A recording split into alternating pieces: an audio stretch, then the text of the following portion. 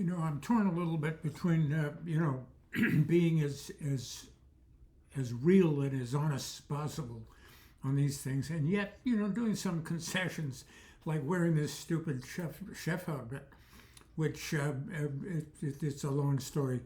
But I was impressed that I didn't know whether I'd be able to put this on because I washed it.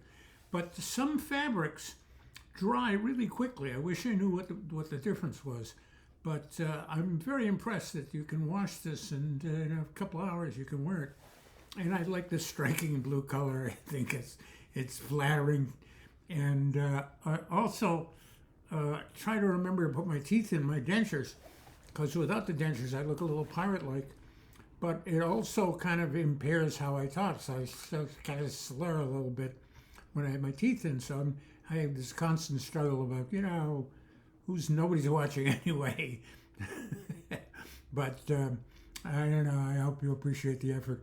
I was thinking about the Cold War, which is, I kind of grew up during that period, and I was remembering being in the 8th grade during the Cuban Missile Crisis.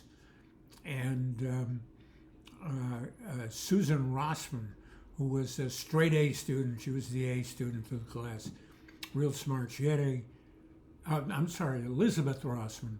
Susan Rossman was her younger sister, even cuter, in the 7th grade. But Elizabeth Rossman was pretty much the reference for the smart kid.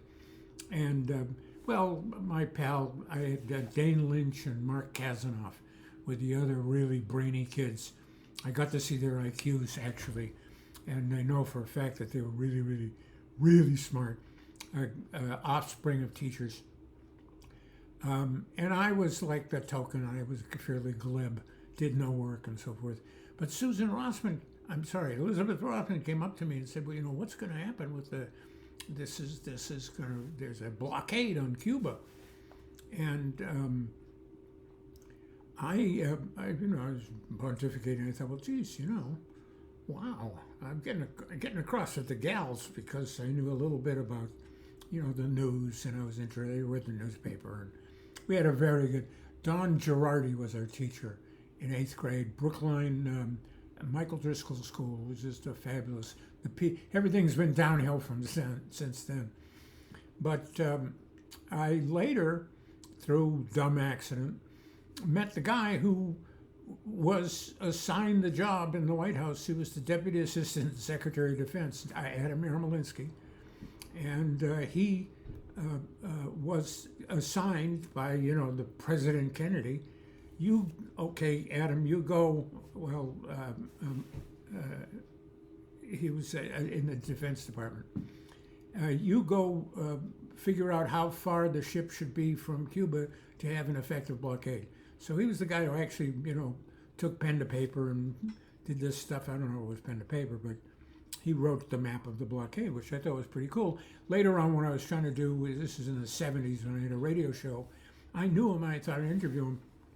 I remember asking, I was so ignorant, incredible. I said, Adam, tell me about the Cuba. Yeah, I understand, which do you mean specifically? Well, the whole Cuba thing. And he was generous enough to point out that, there was the Bay of Pigs invasion of Cuba, which was a leftover plan from Eisenhower, which blew up entirely, which failed miserably. And Kennedy, took the hit for it. He says, look, I'm to blame, very contrary to recently. So here's the president saying, no, it was my fault. It was screwed up. Sorry. And I regret it. And the blockade later, which involved shutting out the Soviet warships, and it was all part of the Cold War. Which later on, when I taught many years later about foreign policy, I used to go up on the blackboard, and they had blackboards back then. Way back then. Let me tell you a story about the Cold War, kids. But I used to do USSR and USA, and I remember back in the 7th, 8th grade thinking, gee, USSR, USA, it sounds almost the same. And the kids' parents that I was hanging around with There was also a movie called The Russians Are Coming that happened 60s. But there was a rapprochement in the Cold War because after World War II we had Stalin. Stalin was a real knuckle dragging killer, monster, and the Soviet Union was pretty scary. And the communist threat was really palpable and real. It wasn't just all hysteria on all our part. However, as the era progressed, there was, especially among the left and the intelligentsia, a little bit, let's take a look at the Russians. And The Russians Are Coming is a great movie. It's a love story and so forth. It's got Alan Arkin in it, I'm pretty sure. Carl Reiner is in it.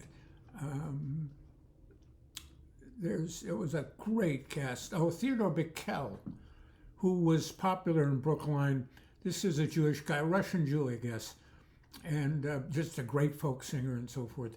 But there was a little bit in the folk movement, the hippie movement, a little bit was, peace, peace. It was just the dawn of the 60s sort of enlightenment. So let's take a look at this rivalry, this missile crisis that we have. And it was my beloved John F. Kennedy got to be president. Partly was thinking, Eisenhower has kind of dropped the ball here. We've got a missile crisis. We've got to build up our military because the Russians have got the nuclear weapon, which freaked us out.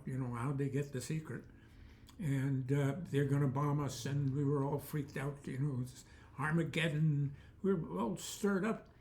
So let's take a look at the Russians. And of course, we have way more missiles. But we precipitated an arms race. This is stuff that in the 60s, we kind of lost track of these days because you can't say anything about defense spending these days. We got to have $1.5 trillion because we got to spend as much. And in the last post, I was saying, each one of those cruise missiles are like 16 Bentleys. No, I'm sorry, 4 Bentleys. It's $1 million for a Tomahawk missile. It's like taking 4 new Bentleys and throwing them into the sea or into a volcano. So, we're spending all this money and laughing at the Soviets that collapsed because, Reagan outspent them in the military. And now we're doing, of course, the same thing, being defeated by the parallel to the Afghanis that we gave them Stinger missiles and they were knocking down these fancy, very expensive Russian helicopters. We're doing exactly the same thing. So, and we're getting, our share of it. So here's this mirror image, which again is one of my things that I feature in my fabulously unpopular article, Vonnegut, Steinmetz, and Corporatism on Apple Books, in case you'd like to look it up, that apparently no one has read. But it gets into a lot of this parallels and enantiomers, which you go to the extreme of something so extreme that it flips to the opposite. So we've got this unity of opposites. It's a theme in Cat's Cradle as well. But I remember in my foreign policy class going down the list of USSR and USA. And USA, it says, the godless Soviets, they don't believe in religion. And the Soviets at Colonel say, we don't believe in religion.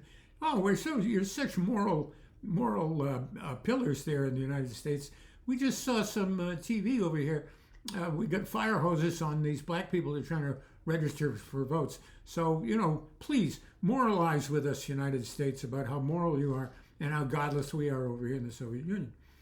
So we have, and now, of course, we've got this thing, the communists are coming, And, you look at the two systems and we're so freaked out. You can't say socialist. Oh my God, socialist. The capitalist system collapsed miserably in the late 1929s. Why? Greedy, get rich quick, a lot of lying that goes on. This happens in business. I don't mean to surprise you, but this happens in business. Capitalism done good for us.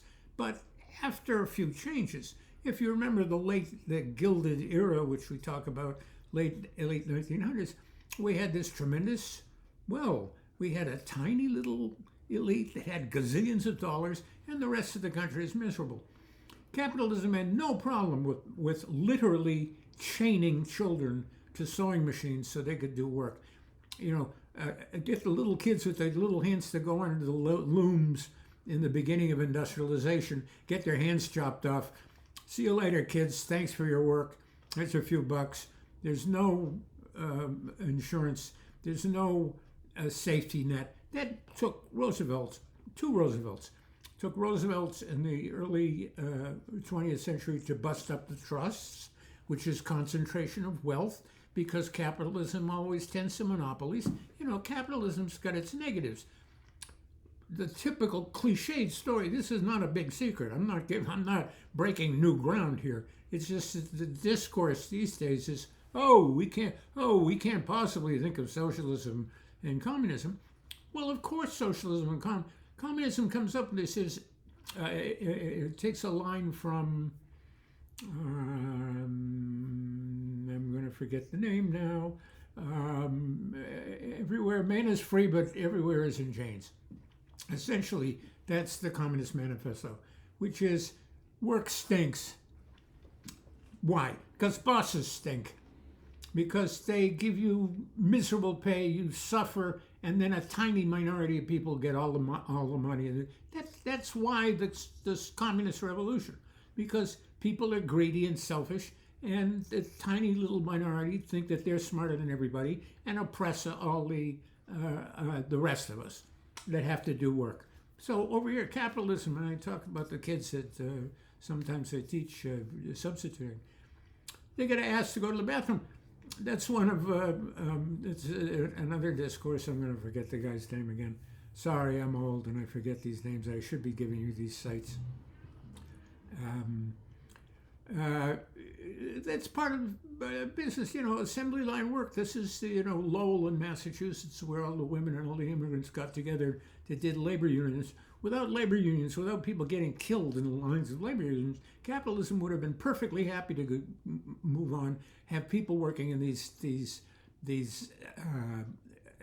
dusty, miserable, dark, almost indentured servitude. Because, we had no problem with slavery at the foundation of the United States. No problem with slavery. I mean, there's a little connection there.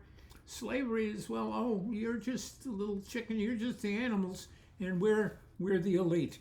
So, that's in both systems, USSR, USA. You got Stalin, over there, promise, we're going to have a communist system. It's for the people because we don't want any private property. The net results, tiny little minority get all the goodies. The majority of people starve to death in a miserable, failed economic system. Capitalism a little bit better. We spread the money after World War II. It took World War II to spread the dough around. It took FDR to spread the dough around. It took socialism to spread the dough around a little bit. And for a tiny little, like 20 minutes, for 30, 40 years, when I was growing up, we were in great shape. We got corrupted. Guess what?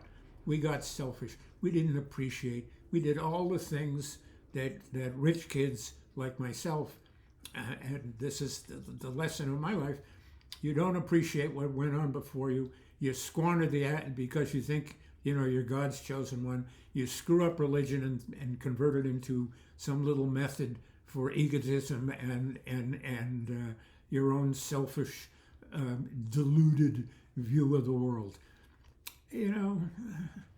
These are false dichotomies. That's in Cat's Cradle too. This is a game. This goes way back with the state. This goes way back to monarchies. The world is very scary. Listen to us. We'll protect you. We have armies and we'll go kill them because they want to go kill us. We've got education now. We read a little bit. We should be able to catch up. We should be able to think of a time where we're not spending this, it's so alarming that our debt, we're paying more on interest than we are on defense. Who said we got to spend all this money in defense? We wouldn't have had the debt if it weren't for defense. So that's sorry, I tend to be wandering here a little bit.